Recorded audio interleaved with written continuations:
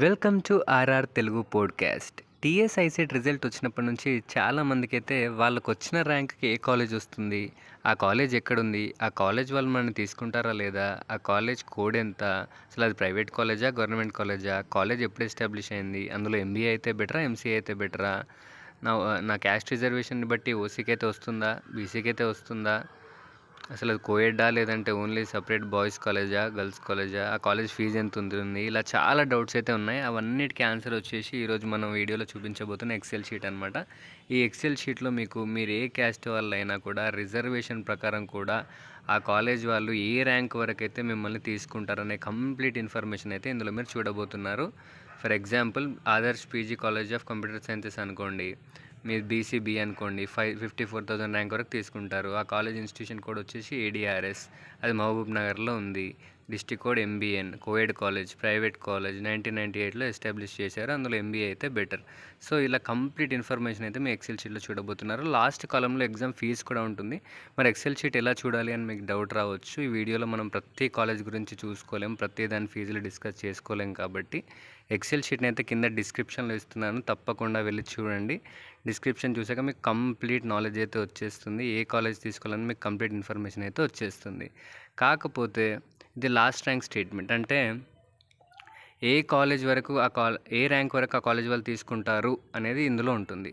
లేదా మీకు ఏ ర్యాంక్ నుంచి తీసుకుంటారనేది ఇంకొక ఎక్సెల్ కావాలి అంటే అది కూడా నేను ప్రిపేర్ చేస్తున్నాను. ఒకవేళ చాలామంది అడిగితే నెక్స్ట్ వీడియోలో దాని గురించి కూడా డిస్కస్ చేసి డిస్క్రిప్షన్లో అయితే ఇవ్వడం జరుగుతుంది.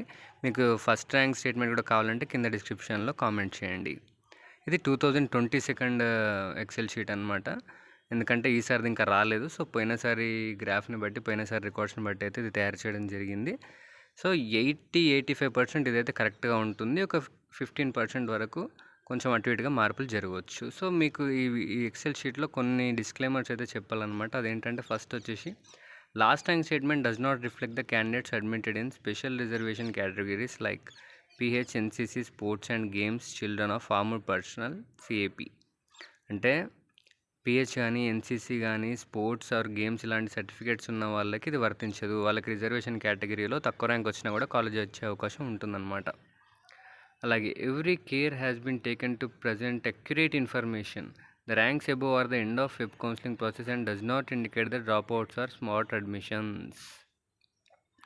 అంటే ఇది ఎంత కరెక్ట్ ఇన్ఫర్మేషన్ అయితే మనం ఇస్తున్నాము. అది వెబ్ కౌన్సిలింగ్స్ ముందు చూసుకోవాల్సిన సీటు.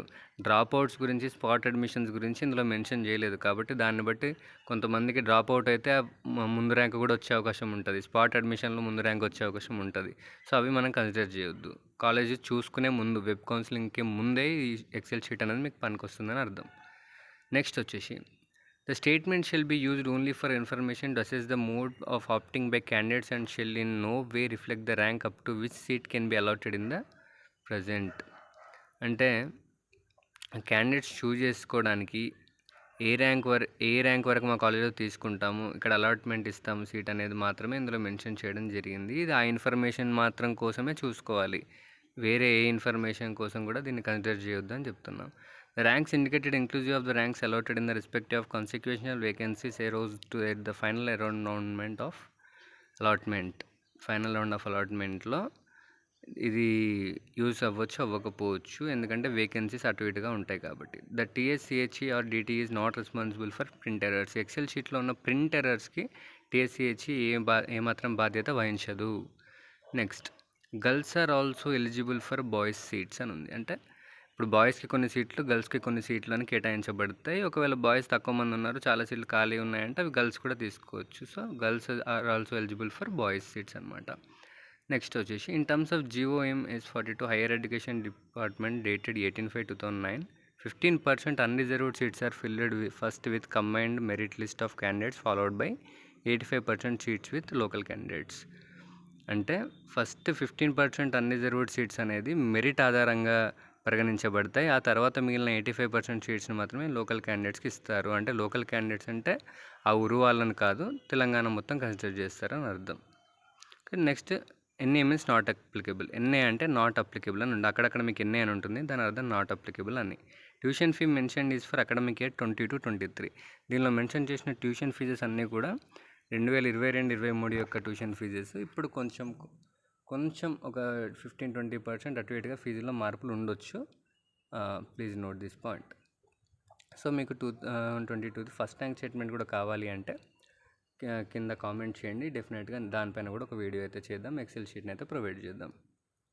సో దీన్ని బట్టి మీకు కంప్లీట్ మీరు ఏదేంలో జాయిన్ కావాలి, మీ ర్యాంక్ని బట్టి ఏ కాలేజ్ వస్తుంది, ఆ కాలేజ్ ఫీజు ఎంత, ఎక్కడుంది, మన రిజర్వేషన్ ప్రకారం వస్తుందా రాదా, అందులో ఎంబీఏ బెటరా, ఎంసీఏ బెటరా, కాలేజ్ కోడ్ ఏంటి, బ్రాంచ్ కోడ్ ఏంటి, ఏ ఇయర్, మొత్తం ఇన్ఫర్మేషన్ అయితే మీకు వస్తుంది. దాంతో మీరు అస్సలు ఏం అవగాహన లేకుండా కాలేజ్ని ఎంచుకునే బదులు అట్లీస్ట్ 80-85% అవగాహనతో మీరు కాలేజ్ ఎంచుకున్నట్టయితే ఆ తర్వాత కొద్దిగా మార్పు జరిగిన ఫీజులను బట్టి, లొకేషన్స్ని బట్టి మీరు ఈజీగా అయితే కాలేజ్ని అయితే చూస్ చేసుకోవచ్చు. ఇక్కడ చూడండి, OC boys, OC girls, BCA girls, boys, BCB girls, ఇలా అన్ని క్యాస్ట్లను వాళ్ళని కన్సిడర్ చేసి అయితే ఎక్సెల్ షీట్ని అయితే చేయడం జరిగింది. ఇలాంటి మరిన్ని ఎగ్జామ్ అప్డేట్స్ కోసం, ఫాస్ట్ అప్డేట్స్ కోసం ఈ ఛానల్ని అయితే సబ్స్క్రైబ్ చేసుకోండి, RR Telugu podcast. Thank you.